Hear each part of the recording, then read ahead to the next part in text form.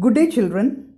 Today we are looking into the third chapter in Snapshots, namely Ranga's marriage by Masti Venkatesha Iyengar. Masti Venkatesha Iyengar, born on 6 June 1891, was a well-known writer in Kannada language. He was the fourth among Kannada writers to be conferred the Jnanpith Award and is renowned for his short stories. Ranga's marriage is a story of Ranga, an accountant's son, who has been to the city to pursue his studies, which is very rare among the village people. When he returns to his village from the city of Bangalore, the crowds mill around his house to see whether he has changed or not. His ideas about marriage seem apparently quite different, but with the passage of time, one realizes that he is inherently just like any other person in the village. For easier understanding, I have divided the chapter into 16 sections. I will read each section, which will be followed by the explanation.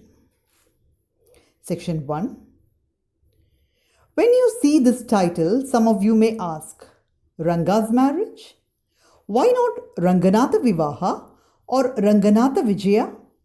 Well, yes, I know I could have used some other mouth-filling one like Jagannatha Vijaya or Girija Kalyana. But then, this is not about Jagannatha's victory or Girija's wedding. It is about our own Ranga's marriage and hence no fancy title. Hosahalli is our village. You must have heard of it. No? What a pity. But it is not your fault. There is no mention of it in any geography book.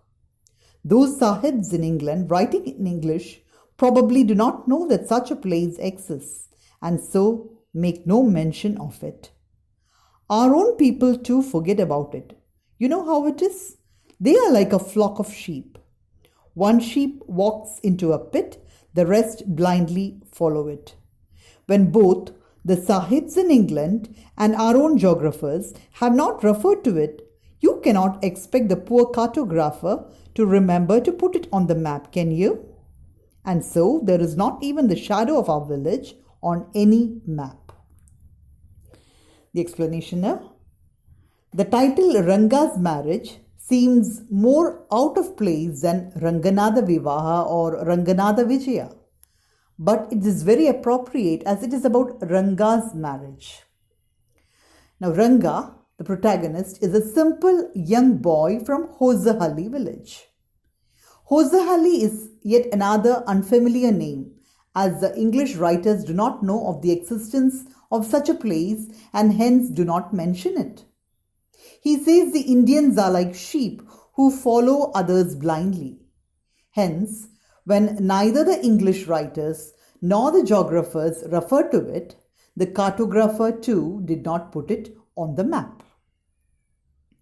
Section 2. Sorry, I started somewhere and then went off in another direction.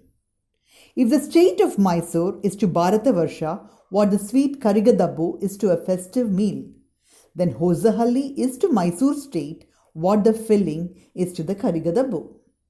What I have said is absolutely true, believe me.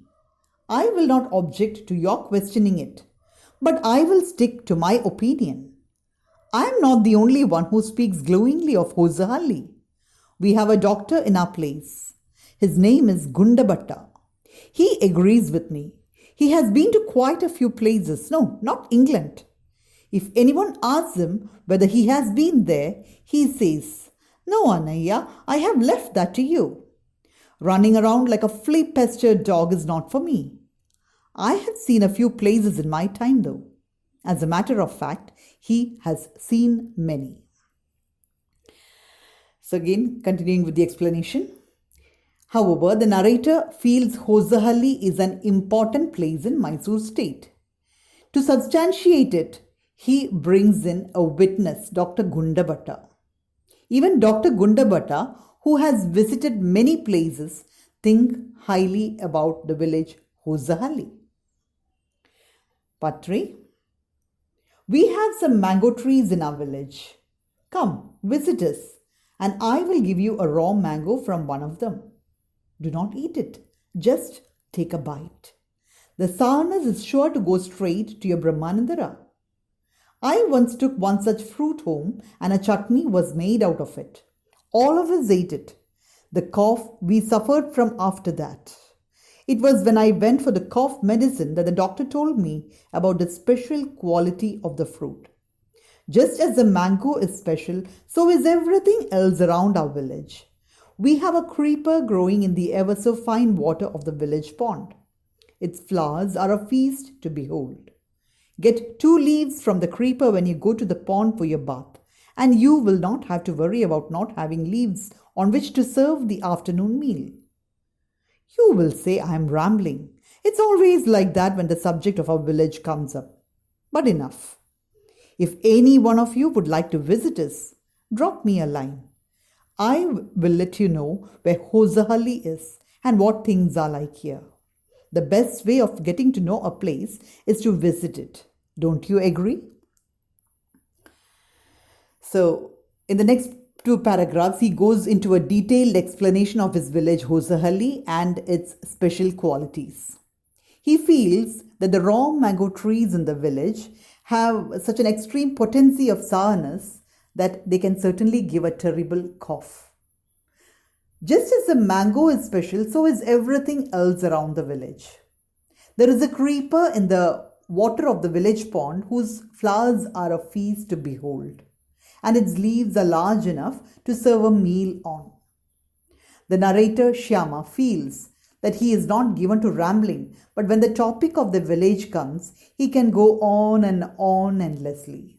He says, if one wishes to visit the place, then all one has to do is to write to him. He would tell them where Hosahalli is and what things are like there. Part 4. What I am going to tell you is something that happened 10 years ago. We did not have many people who knew English then. Our village accountant was the first one who had enough courage to send his son to Bangalore to study. It's different now. There are many who know English. During the holidays, you come across them on every street talking in English. Those days, we did not speak in English, nor did we bring in English words while talking in Kannada. What has happened is disgraceful, believe me. The other day, I was in Ramarao's house when they bought a bundle of firewood. Ramarao's son came out to pay for it. He asked the woman, "How much should I give you?" "4 pice," she said. The boy told her he did not have any change and asked her to come the next morning. The poor woman did not understand the English word change and went away muttering to herself. I too did not know. Later, when I went to Ranga's house and asked him, I understood what it meant. So, however, he would like to share something that happened 10 years ago. Unlike the present, 10 years back, most people did not know English. These days, people import a lot of English words into the language. This priceless commodity, the English language, the narrator says, was not so widespread in the village a decade ago. He narrates an incident to prove that we can find a sprinkling of English in the native tongue. One day, firewood was delivered to Ramarao's house and his son came out to make the payment. The woman told the boy it came to 4 pice, but the boy replied that he did not have change and asked her to come the next day. The woman, who did not understand the word change, went away grumbling, thinking that the boy had refused to pay her. Section 5. This priceless commodity, the English language, was not so widespread in our village a decade ago. That was why Ranga's homecoming was a great event. People rushed to his doorstep announcing, "The accountant's son has come. The boy who had gone to Bangalore for his studies is here, it seems. And come, Ranga is here." So these were what the crowd told. "Let's go have a look." Attracted by the crowd, I too went and stood in the courtyard and asked, "Why have all these people come? There is no performing monkey here." A boy, A fellow without any brains said loud enough for everyone to hear. What are you doing here then? A youngster immature and without any manners. Thinking that all these things were now of the past, I kept quiet. Seeing so many people there, Ranga came out with a smile on his face. Had we all gone inside, the place would have turned into what people call the black hole of Calcutta. Thank God it did not. Everyone was surprised to see that Ranga was the same as he had been 6 months ago when he had first left our village. An old lady who was near him ran a hand over his chest, looked into his eyes and said, "The Janivara is still there. He hasn't lost his caste." She went away soon. After that, Ranga laughed.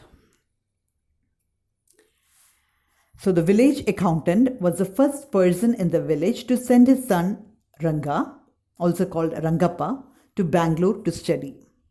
Hence, Ranga's homecoming was a great occasion. People announced his homecoming and also went to have a look at him.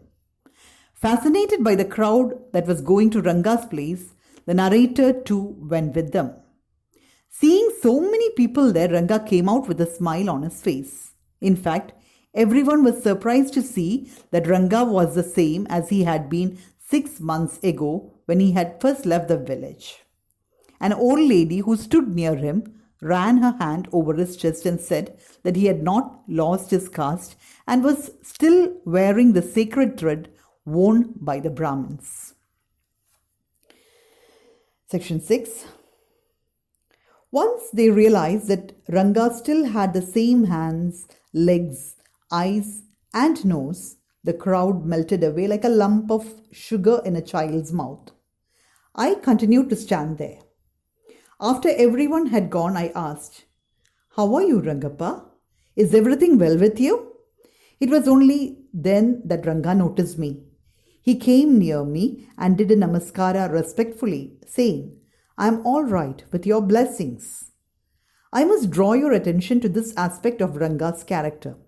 He knew when it would be to his advantage to talk to someone and rightly assess people's worth. As for his namaskara to me, he did not do it like any present-day boy with his head up towards the sun, standing stiff like a pole without joints, jerking his body as if it was either a wand or a walking stick. Nor did he merely fold his hands. He bent low to touch my feet. "May you get married soon," I said, blessing him. After exchanging a few pleasantries, I left. So now the crowd realized that Ranga was still the same, so they dispersed. But the narrator stayed back to talk to Rangappa. Ranga noticed him, came up to him and wished him very respectfully. Ranga was a person who knew when it would be to his advantage to talk to someone and correctly knew the worth of people. He bent low to touch the writer's feet, and the writer was very happy and so blessed him, saying, "May you get married soon." After talking to Ranga for a few minutes, the writer too left. Section 7. That afternoon, when I was resting, Ranga came to my house with a couple of oranges in his hand. A generous, considerate fellow. It would be a fine thing to have him marry, settle down, and be of service to society, I thought. For a while we talked about this and that. Then I came to the point. "Rangappa, when do you plan to get married?" "I am not going to get married now," he said. "Why not?" "I need to find the right girl. I know an officer who got married only 6 months ago. He is about 30 and his wife is 25, I am told. They will be able to talk lovingly to each other. Let's say I married a very young girl. She may take my words spoken in love as words spoken in anger. Recently, a troupe in Bangalore staged the play Shakuntala. There is no question of Dushyanta falling in love with Shakuntala if she were young, like the present-day brides, is there? What would have happened to Kalidasa's play? If one gets married, it should be to a girl who is mature. Otherwise, one should remain a bachelor. That's why I'm not marrying now. Is there any other reason? A man should marry a girl he admires. What we have now are arranged marriages. How can one admire a girl with milk stains on one side of her face and wetness on the other, or so young that she doesn't even know how to bite her fingers? One a neem fruit, the other a bitter gourd. Exactly, Ranga said, laughing. I was distressed that the boy who I thought would make a good husband had decided to remain a bachelor. After chatting for a little longer, Ranga left. I made up my mind right then that I would get him married. So here in this section we get to see the concept of marriage that Ranga follows. The same afternoon, when the narrator was resting, Ranga came to his house with a couple of oranges. The narrator felt that he was a kind, thoughtful fellow and it would be good to have him marry and settle down so that he could aid the society. Soon, when he broached the topic of getting married, Ranga said that he would not get married in the near future. He would wait and find the right girl. He quoted the example of an officer who got married 6 months back when he was about 30 and his wife 25. He liked the idea of marrying a mature girl who would understand him, unlike a childish bride. Quoting the classic tale of Shakuntala, he said that Dushyanta would not have fallen in love with Shakuntala if she was a young girl. He said that, this is his concept of marriage, he said that a man should marry a girl he admires, and it would be impossible to admire an immature or a childish girl. The narrator, hearing all this, was concerned that the boy who would have made a good husband had decided to remain a bachelor. But the writer is determined that he will soon get Ranga married. Section 8. Ramarao's niece, a pretty girl of 11, had come to stay with him. She was from a big town, so she knew how to play the veena and the harmonium. She also had a sweet voice. Both her parents had died and her uncle had brought her home. Ranga was just the boy for her and she the most suitable bride for him. So now the writer has decided that he is going to get Ranga married. So there was a girl close by. Ramarao's niece Ratna, a pretty girl of 11, had come to stay with him. She was from a big town and so she knew how to play the veena and the harmonium. She also had a very sweet voice. Her parents had died and so her uncle had become a guardian. He had brought her to his home to stay. The narrator felt that this was the ideal girl for Ranga. Section 9. Since I was a frequent visitor to Ramarao's place, the girl was quite free with me. I completely forgot to mention her name. Ratna it was. The very next morning I went to their house and told Ramarao's wife, I will send some buttermilk for you. Ask Ratna to fetch it. Ratna came. It was a Friday, so she was wearing a grand sari. I told her to sit in my room and requested her to sing a song. I sent for Ranga. While she was singing the song, Krishnamurti in front of my eyes, Ranga reached the door. He stopped at the threshold. He did not want the singing to stop, but was curious to see the singer. Carefully, he peeped in. The light coming into the room was blocked. Ratna looked up and seeing a stranger there, abruptly stopped. Suppose you buy the best quality mango, you eat it slowly, savoring its peel. Before biting into the juicy flesh, you do not want to waste any part of it. Before you take another bite, the fruit slips out of your hand and falls to the ground. How do you feel? Ranga's face showed the same disappointment when the singing stopped. Now the narrator visited Ramarao's place often and so Ratna, the young girl, was quite free with him. The very next morning he went to Ramarao's house and told his wife that he would send some buttermilk for them and so she should ask Ratna to fetch it from his house. So, it being Friday, Ratna was wearing a beautiful sari and she came to the house of the narrator. The narrator requested her to sit in his room and to sing a song. The song that she sang was Krishnamurti in front of my eyes. At the same time, the narrator sent for Ranga. So he was creating a situation where Ranga and Ratna could meet each other. While she was singing the song, Ranga reached the door. He was so enamored by the voice that he stopped at the doorstep, as he did not want to interrupt the song, but at the same time he wanted to see the singer because the voice was melodious. He was curious to see the singer and so he peeped in. When Ratna saw the shadow, she immediately stopped.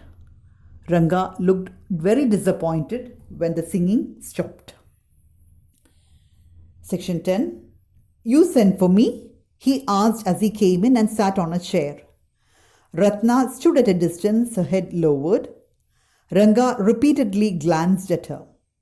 Once our eyes met and he looked very embarrassed. No one spoke for a long while. It was my coming in that stopped the singing. Let me leave. Words. Mere words. The fellow said he would leave but did not make a move. How can one expect words to match actions in these days of Kali Yuga? Ratna ran inside, overcome by shyness. After a while, Ranga asked, "Who is it, girl, Swami?" Who is that inside? The lion wanted to know. The he-goat, who had taken shelter in the temple, replied, "Does it matter who I am? I am a poor animal who has already eaten 9 lions. I have vowed to eat one more. Tell me, are you male or female?" The lion fled the place in fear, it seems. So like the he-goat, I said, "What does it matter to either of us who she is? I am already married and you aren't the marrying kind." Very hopefully he asked, "She isn't married then?" His voice did not betray his excitement, but I knew it was there. "She was married a year ago." His face shriveled like a roasted brinjal. After a while, Ranga left, saying, "I must go. I have work at home." So Ranga came there. He asked the narrator why he had sent for him. The narrator noticed Ranga repeatedly glancing at Ratna as she stood at a distance with her head lowered. When Ranga realized the narrator had noticed him glancing at Ratna, he became self-conscious and then expressed a desire to leave, but these were merely words and he did not make a move to leave.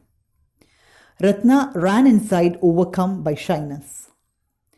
Ranga asked the narrator who the girl was, but the narrator told him that it did not matter to either of them who she was, as the writer was already married and Ranga had decided not to get married. And then Ranga asked whether the girl was married. Narrator said that Ratna had got married a year back. Ranga was visibly disappointed and his face shriveled like a roasted brinjal. He decided to leave immediately. Section 11. I went to our Shastri the next morning and told him, "Keep everything ready to read the stars. I'll come later." I tutored him in all that I wanted him to say. So now the narrator has started playing his trick. So the next morning, the narrator went to the Shastri, the astrologer, and told him to keep everything ready to read the stars and also tutored him what to say when he came back with Ranga. Section 12. I found no change in Ranga when I met him that afternoon. "What's the matter? You seem to be lost in thought," I said. Nothing's wrong, believe me." "Headache? Come, let's go and see a doctor." "I have no headache. I am my usual self." I went through the same thing when the process of choosing a girl for me was going on. But I don't think that could be a reason for your present condition. Ranga stared at me. "Come, let's go and see Shastri," I suggested. "We will find out whether Guru and Shani are favorable for you or not." Ranga accompanied me without any protest. As soon as Shastri saw me, he exclaimed, "What a surprise, Shyama! Haven't seen you for a long time." Shyama is none other than your servant, the narrator of this tale. I got angry and shouted, "What? Only this morning?" Shastri completed my sentence. "You finished all your work and are now free to visit me?" Had he not done so, I would have ruined our plan by bursting like grains that are kept in the sun to dry. I was extremely careful of what I said afterwards. Shastri turned to Ranga. "When did the young son of our accountant clerk come home? What can I do for him? It's very rarely that he visits us." "Take out your paraphernalia. Our Rangappa seems to have something on his mind. Can you tell us what's worrying him? Shall we put your science of astrology to the test?" There was authority in my voice as I spoke to Shastri. He took out 2 sheets of paper, some cowdies, and a book of palmyra leaves, saying, "Ours is an ancient science, Ayya. There is a story to it. But I won't tell you that story now. This is not a harikatha which allows you to tell a story within a story. You may get bored. I'll tell it to you some other time." Shastri moved his lips fast as he counted on his fingers and then asked, "What's your star?" Ranga didn't know. "Never mind." Shastri indicated with a shake of his head. He did some more calculations before saying in a serious tone, "It's about a girl." So the narrator met Ranga that afternoon, and he was still looking lost in thought and wilted. He told Ranga to accompany him to see the Shastri to find out astrologically whether the stars were favorable for him or not. Ranga accompanied him.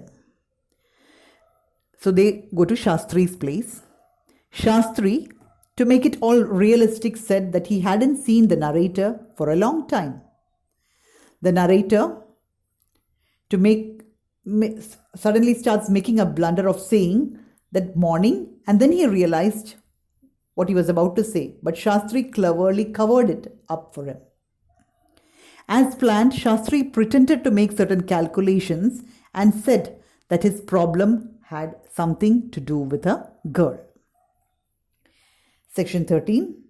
I had been controlling my laughter all this while, but now I burst out laughing.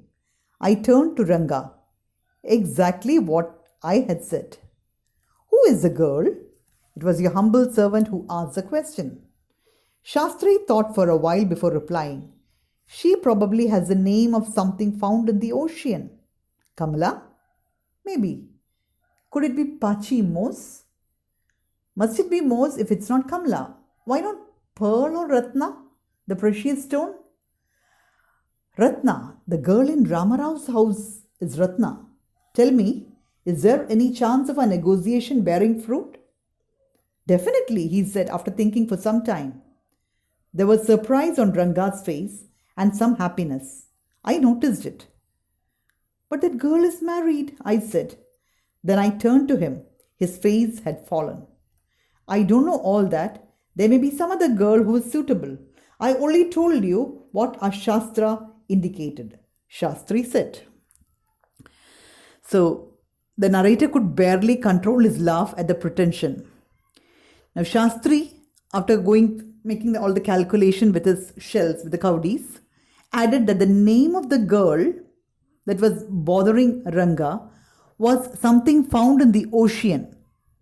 It could be Kamala the lotus, or Pachi the moss, or it could be even Ratna, the precious stone that is found in the sea.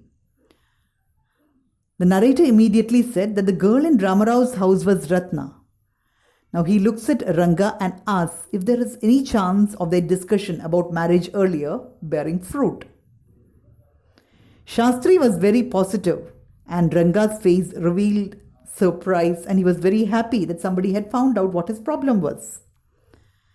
The narrator said that the girl was married, but there was also a possibility of finding another suitable girl. Again, Ranga's face showed disappointment. Section 14.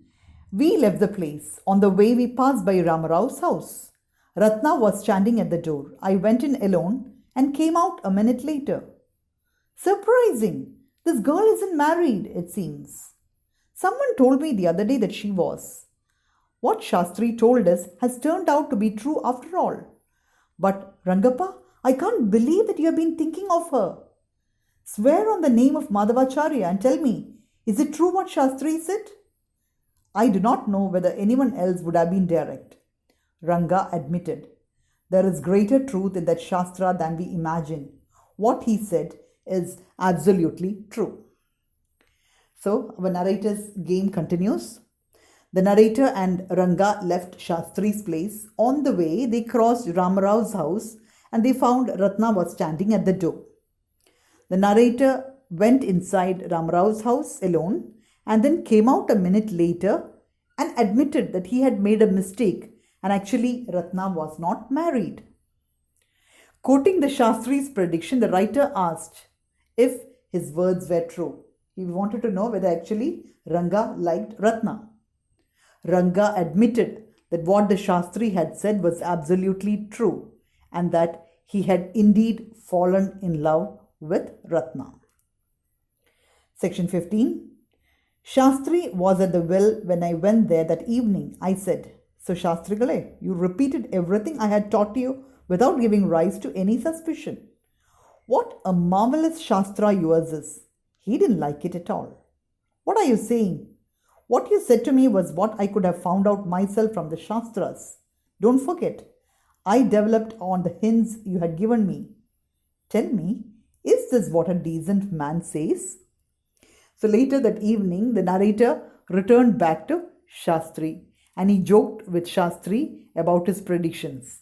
But Shastri was annoyed. He did not like what the narrator said. He justified, saying that he could have found out from the Shastra that Ranga was actually in love with Ratna. Section 16. Rangappa had come the other day to invite me for dinner. What's the occasion? I asked. It's Shyama's birthday. He's 3. It's not a nice name, Shyama, I said. I'm like a dark piece of oil cake. Why did you have to give that golden child of yours such a name? What a childish couple you are, Ratna and you. I know, it's the English custom of naming the child after someone you like. Your wife is 8 months pregnant now. Who is there to help your mother to cook? My sister has come with her.